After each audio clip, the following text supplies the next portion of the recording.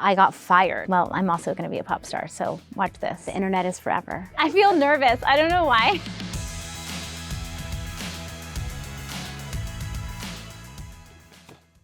Oh, you didn't trick me at all. Let's go back to the beginning. Okay, this is Come Clean. Back to the beginning. Oh my gosh, I think it felt like an absolute dream. I think it was like a combination of not entirely knowing what I was doing and also being like thrilled to be a pop star and to be like singing and to have made a record and to have a record deal and to be like shooting music videos. I don't know, it's like that combination of when you're young and you just like don't know that you should care, so you just are like, here I am, and here's what I'm doing, and here's what I want to say, and here's how I want to do it. And I was coming out of my Lizzie McGuire era, so I was just very focused on being Hilary and what that looked like. I didn't grow up singing at all. I had a speech impediment when I was a kid, and somebody was like telling my mom, like, put in voice lessons. And my mom was like, okay. And I ended up loving doing the voice lessons, and I loved the exercises, but I wasn't like a singer. And it wasn't until I was obsessed with Britney Spears that I was like, well, I'm also gonna be a pop star, so watch this. Oh yeah. You'll never get to heaven or even to LA if you don't believe there's a way. Oh yeah, wait a minute. This is Why Not. The audition for the TV show was crazy. I had decided that I wanted to go back to Texas and like be a normal kid. I had just gotten replaced off of a TV show because they replaced me with twins so they could work longer hours. And I remember being like, I got fired, 11 years old, and I got fired from a job. It was like absolutely devastating. Then my manager called my mom and was like, Disney wants to see Hilary for this thing. And I walked in and I was super unprepared. It was like a monologue. And I'll never forget the casting director. Her name was Robin Lippens. And she was like, you're not very prepared for this. And I was like, ugh. I always kind of love a challenge. And so she was like, can you go be better prepared and like come back tomorrow? And I was like, yes, I can. I came back the next day and I was like completely off book and I had it down and I actually like loved the sides. You go back and you get a call back and then you go to producers and then you go to, what's your special talent? And I started like walking around on my hands because I used to do gymnastics. I think I was trying to like shock everybody. And then I got the job. And then they had her do a lot of gymnastics in the show throughout the seasons. So the gymnastics came in handy. Toss. Okay, you can tell me I'm wrong or that I'm coming on way too strong. And that's with love. I'm so glad that people have so much joy recreating that moment. It's not necessarily like fun to watch yourself get made fun of, but I can also like have a chuckle and ride the wave and see what is so fun about it. But I look back at that time and there was like many days that were great and I had like a lot of enthusiasm for what I was doing. And there was many days where I was like super uncomfortable in my own skin and struggling to be who I was at the time. So it's very layered. The internet is forever. Oh, I could almost kiss the stars for shining so bright is what dreams are made of.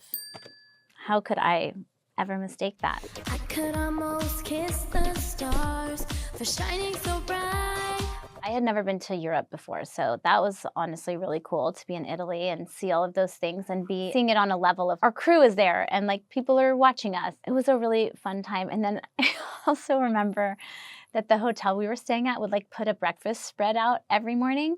And I remember being like, whoa, their breakfasts are so different than ours. They had bracciola and prosciutto and cheese and stuff. And I was like, whoa, this is not like eggs and bacon. We also filmed half in Vancouver and half in Italy. So like all the exterior stuff was in Italy and then the other stuff was like on a sound stage in Vancouver. And so we went from shooting in Italy and like being in this crazy like bubble to nonstop rain for like a month. You can promise castles, treasures, babies, I don't care. And that would be Sparks. You can promise castles, treasures, babies, I don't care. I'm really proud of this record, and there's a lot of this record that I enjoyed the process of and the outcome of, but it was like, it doesn't feel like cohesive to me. I was like not really like holding my own ground with knowing exactly what I was doing. So it was like a lot of like, oh, like go to Sweden and work with this person and go write with this person because they're a top line writer of this pop song, and you know, and it was like all over the place. When I listen to Sparks or, you know, even watch the video, I'm like, who is that girl? I know there's parts of it that are like iconic and people love it, and it's a great pop song. I don't know that I would have ever like created that song on my own. Okay. Oh, they know my name. They think they know everything, but they don't know anything. This is Wake Up. They don't know anything about me. There was just so many eyes on me at that time. Like, it was like the height of gossip columns and tabloids and paparazzi, and there was like no controlling your narrative. No social media that was like, here's what I want you to see and here's what I can control. It was just people assumed and people would like sell stories, and like it was a really wild time. My boyfriend at the time wrote this song, and I remember feeling like so seen and so like taken care of, and honestly was always a favorite to do live. Oh. She looks like all of your girls, but blonder, a little like me, just younger. And that is mature, my friend.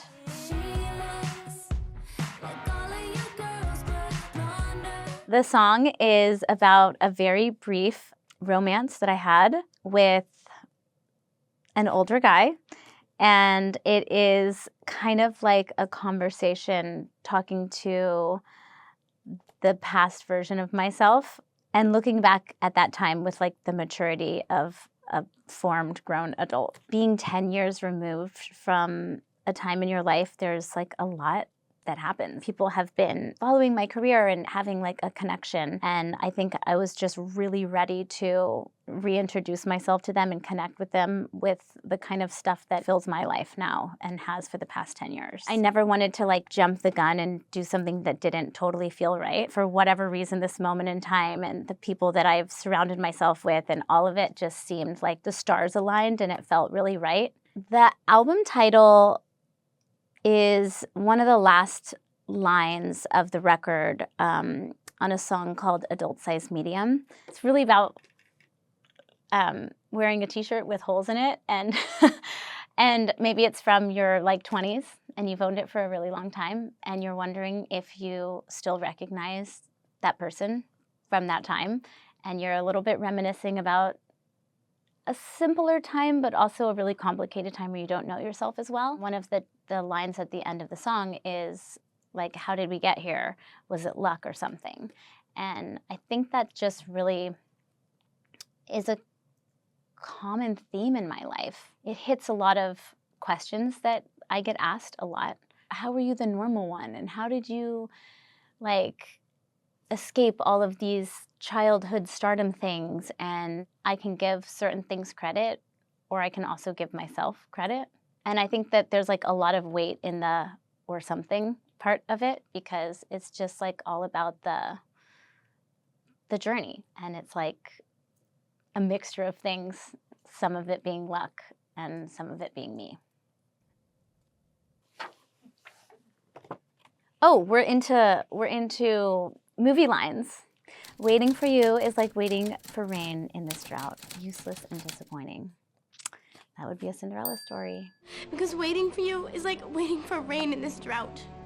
Useless and disappointing. You're not that pretty and you're not that smart. You know? By the way, also it's been so much fun to watch her career. She just goes there in such a big way that it was really impressive and like slightly intimidating as like a teenager. And she was like mean to me, so it was like a little scary because I was only like 15 and she was just, you know, mean to me because she's my evil stepmother. At the time, I think I was like, I had to be like, you're filming a movie, you're filming a movie. But I did just talk to my son about how difficult it was to text back in the day and how you had to push the button 3 times sometimes to get the letter that you desired. And he was like, no, I don't understand. I was like, okay, moving on, never mind. Laugh out loud. Can you hear it calling? Can you feel it in your soul? This is Fly.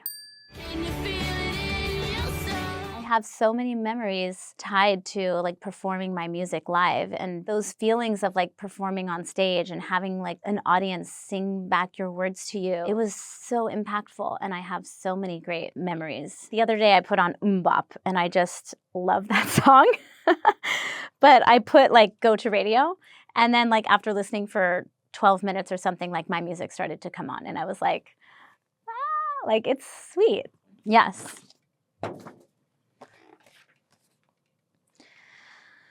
Haven't you heard that I'm gonna be okay? And that's So Yesterday. I'm gonna be okay. I don't remember recording the song, but I do remember hearing it on the radio for the first time, and I was leaving Warner Brothers. I was driving because I had my driver's license at the time, and I remember hearing it on the radio, and I was like so excited. I was just like in my car, pulling out of the studio, thinking my life was like normal.